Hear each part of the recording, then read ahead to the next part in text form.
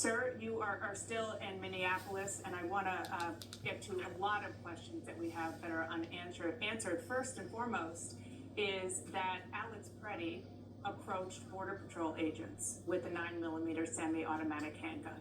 I want to go back to one of the videos, and I know you can see it there, and I want to ask you about what you're seeing, because multiple angles of this incident show him holding up a cell phone and recording it, not a gun. Did he at any point pull out his weapon?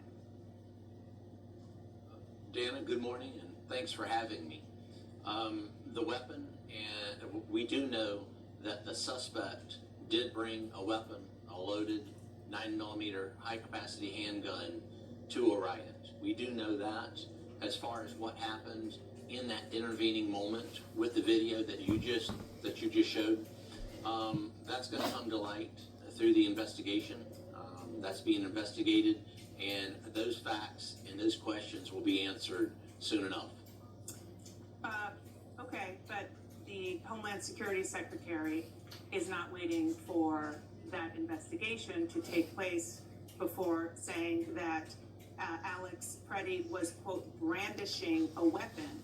Let's go to video 7, because, of course, you know this far better than I. The definition of brandishing is waving or flourishing something, especially a weapon, as a threat or an anger and excitement. That's just a still photo of what Alex Preddy appears to be holding.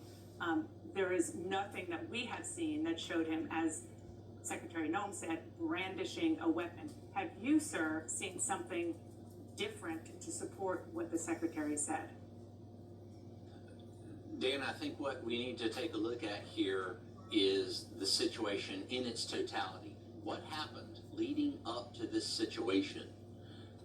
The suspect decided to inject himself into a law enforcement action. What's not being said here is the fact that Border Patrol agents and law enforcement were conducting a targeted law enforcement effort against a violent, illegal alien that was nearby, and that suspect injected himself into that law enforcement situation with a weapon. And what happened between when that situation first came about and the shooting, that's going to be investigated, and we're going to get to the facts of that. Well, you said yesterday that this looks like a situation where the individual wanted to do maximum damage and massacre law enforcement. What evidence do you have that he wanted to massacre law enforcement? Because all the videos that we have, and I do want to, we just have a still shot up now, but I do, control room, want to play one of the other videos. Let's play video number 1 again. It doesn't look anything like he's trying to massacre law enforcement. In fact, he was filming, and then it looked like he was trying to help another individual there who was pushed down by law enforcement, and then they went after him. In fact, I believe that the fantastic training that our law enforcement partners have, the fact that they're highly trained, prevented any specific shootings of law enforcement. So good job for our law enforcement in taking him down before he was able to do that. And again, Dana, let's look at why he was there in the first place. Was he simply walking by and happened to walk into a law enforcement situation and try to direct traffic and stand in the middle of the road and then assault, delay, and obstruct law enforcement? Or was he there for a reason? Did he fall victim to that violent and heated rhetoric by a Mayor Fry, a Governor Walz? Look, Dana, they're trying to portray Border Patrol agents and ICE agents as Gestapo, Nazi, and many other words. Did this individual fall victim, as many others have, to that type of heated rhetoric? I want to stay focused on this incident right now, because what you were saying is that he went there to try to stop this law enforcement operation. All of the video that we have seen shows him documenting it with his cell phone, which is a lawful thing to do. And the only time he seemed to interact with law enforcement is when they went after him when he was trying to help an individual who law enforcement pushed down. So where do you have the evidence to show that he was trying to impede that law enforcement operation? Sure, Dan, at first he was there in the scene. He was in the scene actively impeding and assaulting law enforcement to the point. But that's not illegal. He wasn't Dan, impeding it. He was filming it, which is a legal thing to do in the United States of America. Dan, let's don't freeze frame adjudicate this now. He was there for a reason, and that reason was to impede law enforcement to the point. What evidence do you have of that? And here's a good point, Dana, is the fact that de-escalation techniques were utilized during this action. Those de-escalation techniques, whether it was physically trying to remove them from that law enforcement scene, that active law enforcement scene in which law enforcement were going after a violent illegal alien, or the use of pepper spray, which is another de-escalation technique. Those techniques did not work. Officers always try to use the minimum amount of force necessary to either effect an arrest, which in this case was more than likely 18 U.S.C. 111, assault on a federal officer, or Where did he assault obstruct. a federal officer in any of the video that you have seen? Because it looked to us from every angle, sir, that he was approached by them when he was helping another individual who was pushed down. What evidence do you have that he was assaulting any law enforcement? Dana, we don't need a suspect's help in an active law enforcement scene. When you say suspect, what is he suspected of? That's an active law enforcement scene. He knew that was an active law enforcement scene, especially when the officers approached him, and it's very evident he did not need to be where he was. So when somebody on his own to stay there. So when somebody is pushed down and a person's instinct is to help that person, when somebody's pushed down by law enforcement, you're saying that you just stand back and let law enforcement do what they're doing? I mean, is that really human nature? You know, Dana, every situation is different. What our officers are faced with here in Minneapolis are chaotic, very difficult and violent situations in which individuals, and this suspect is not the only one to bring a loaded weapon to a riot. The situations are chaotic and ever changing. Follow directions for law enforcement. Don't inject yourself knowingly beforehand into a law enforcement situation. With respect, it feels as though in some ways you're blaming the victim here. The victims are the Border Patrol agents. I'm not blaming the Border Patrol agents. The victim are the Border Patrol agents. The suspect put himself in that situation. The victims are the Border Patrol agents there. I want to go back to the gun, sir, because I think this is really, really critical. You can see an agent, and I just want to go to, let's see here, video 5. You can see a screenshot of an agent in a green jacket approach Freddie, and then he appeared to take a gun away. When the agent took the gun away, which seems as though it was Freddie's gun, that happened before Freddie was shot. Why was an unarmed man shot multiple times by law enforcement, by your Border Patrol agents? Dana, you don't know he was unarmed. I don't know he was unarmed. That's freeze frame adjudication of a crime scene via a photo. That's why we have investigators. That's why we have an investigation that is going to answer those questions. How many shots were fired? Who fired shots? Where was the guns? Where were the guns located? All those questions are going to be answered. I think you can see the screen. In the investigation. We're not going to adjudicate that here on TV in one freeze frame there. Okay, it's not a freeze frame. We're showing a video of one of your agents taking the gun away, and that happened before Freddie was shot. We don't know that agent was taking any gun away. That could have been the agent's, because we don't know that. The facts are going to come to light. So you're disputing the video that that's what happened? With an investigation. That's why we investigate. Well, with respect, you say that's why we investigate, but you're also drawing other conclusions that sort of fly in the face of waiting for an investigation. I just want to also go back to what I was asking about with regard to what Secretary Noem said, that he was brandishing a gun. At any point, do you have any evidence that, yes, he had a gun on his person? Was he brandishing it? Was he a threat because he had a gun in his hand that put law enforcement in danger? Dana, we heard the law enforcement officer say gun, gun, gun. So at some point, they knew there was a gun. So again, that is going to be part of that investigation as to what was happening on the ground there between those victims, the Border Patrol agent victims, and the suspect. Both the police chief in Minneapolis, O'Hara, and Governor Walz say Preddy was legally licensed to carry a concealed weapon. So are you saying it's not okay for him to exercise his Second Amendment right, not to mention his First Amendment right to be there in the first place, but his Second Amendment right to carry a gun? And if you do, you can be shot by federal law enforcement? No, I didn't say that, Dana. I never said that. What I'm saying is we respect that Second Amendment right, but those rights don't count when you riot and assault, delay, obstruct, and impede law enforcement officers, and most especially when you mean to do that beforehand. How do you know that? When you mean to do that beforehand, when you show up to an active crime scene, don't leave the crime scene and you're armed, then you've got the decision-making process for that individual doesn't seem to be very good. Now, back to the Second Amendment, what you're saying about the Second Amendment is peacefully protesting with firearms. Absolutely, I've done that myself and fully support that, but not when you perpetrate violence, obstruct, delay, or obfuscate Border Patrol in the performance of their duties in an There's no evidence that he was perpetrating violence. And there's no evidence, unless you have it, and we'd love to see it if there is, that he was intending to massacre law enforcement, other than the fact that he was there and he had a gun lawfully. He meant to be there beforehand. Again, Dana, he came there beforehand. How do you know that? For a reason. How do you know that? Because he was there. But all he was doing was filming and documenting it, which is legal.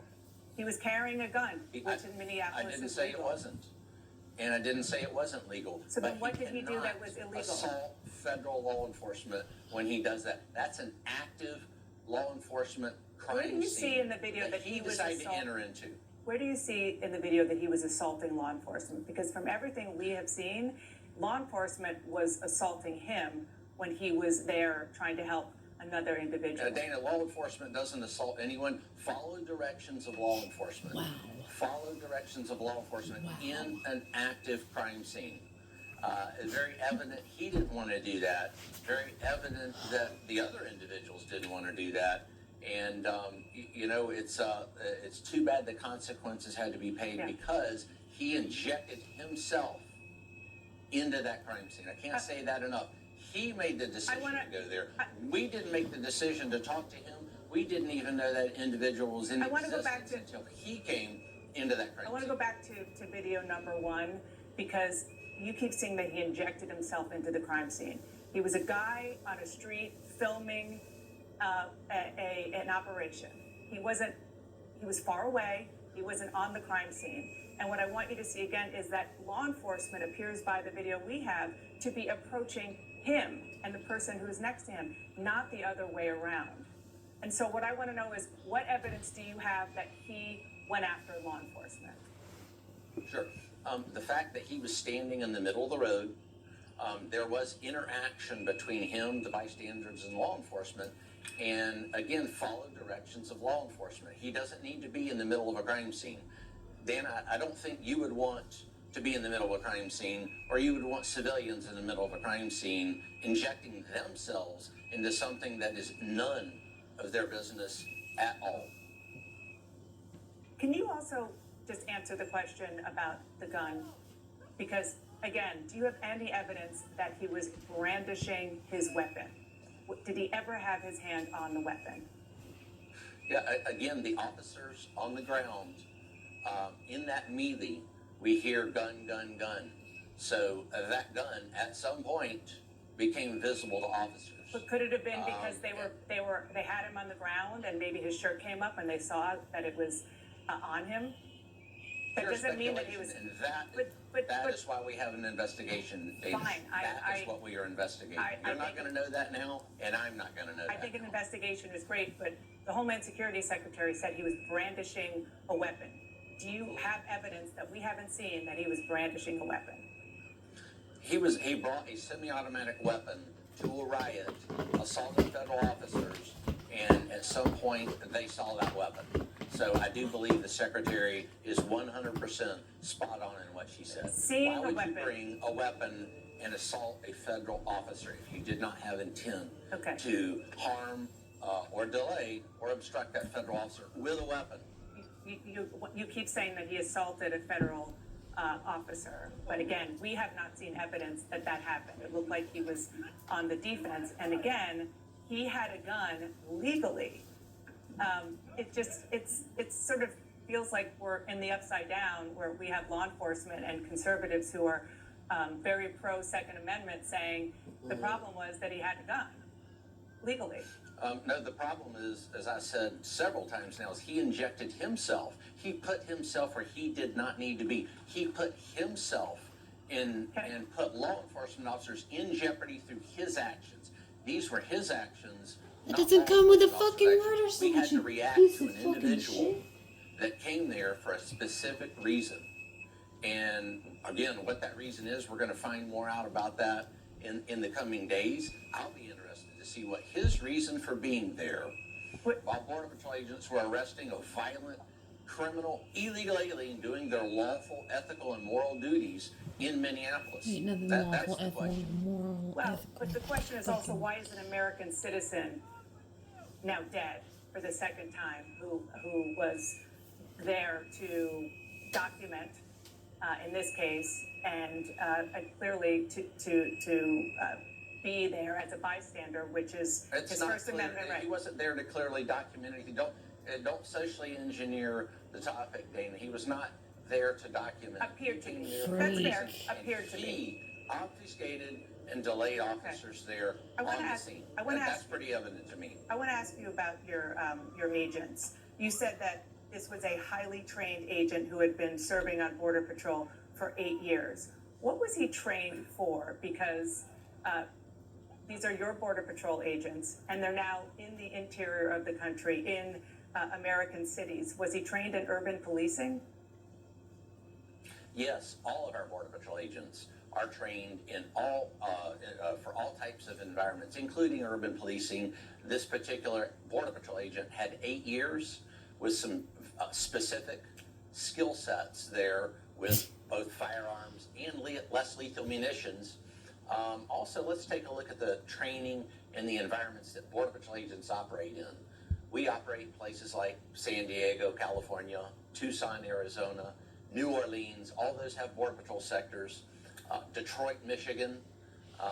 We've got Border Patrol sectors in Buffalo. So this myth, and I saw this just last night on CNN, this myth that Border Patrol agents don't work in urban areas is just that. It's a myth. We're well adept at urban areas, conducting that Title VIII immigration enforcement wherever we go. It doesn't matter if it's a desert or an urban environment. We're very well adept at doing that.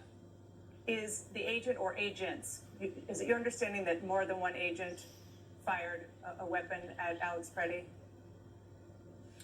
Again, that's going to be part of the investigation. I'm not going to speculate on how many shots or who shot or that type of thing because I don't know.